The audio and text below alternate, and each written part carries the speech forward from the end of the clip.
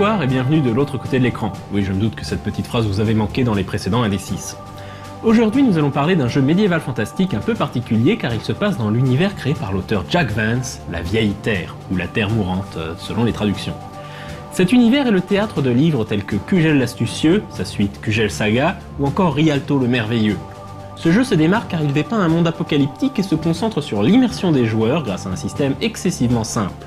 Bienvenue sur la terre de tous les péchés, bienvenue dans Dying Earth. Dying Earth se déroule dans un futur très lointain mais pourtant possible, où le soleil est en train de s'éteindre et où bien sûr sa disparition entraînerait celle de la Terre. C'est l'occasion pour la race humaine de se prélasser et de se complaire dans la décadence la plus totale et absolue.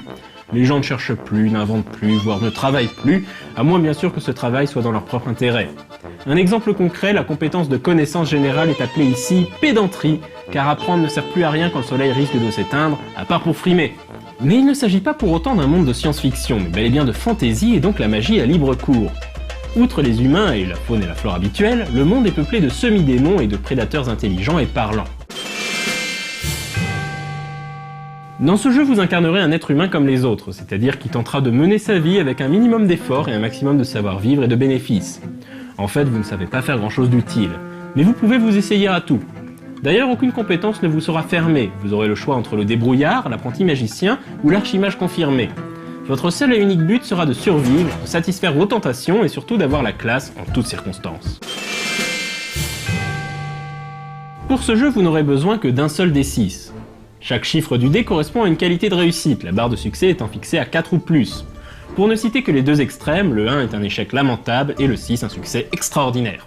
C'est un système en fait basé sur le stop ou encore. Chaque joueur dispose d'une réserve de points de compétence qui sert uniquement à relancer le dé si le résultat ne lui plaît pas. Le système est donc fait pour que le joueur ne dépende pas uniquement du hasard mais puisse réussir facilement afin de préserver le ton du personnage. Dans Dying Earth, l'ambiance prime sur les règles, et c'est à ce compte que l'on peut persuader le meneur qu'une règle peut s'appliquer dans la situation qui arrange le joueur. Et oui, enfin un jeu où on peut bluffer librement le MJ. Dying Earth propose un univers très singulier et particulier. Il est à la fois baroque, chamarré et excessivement libre. Il favorise l'immersion, l'emploi d'un vocabulaire ampoulé et sophistiqué, car votre personnage utilisera bien plus souvent sa langue que sa rapière.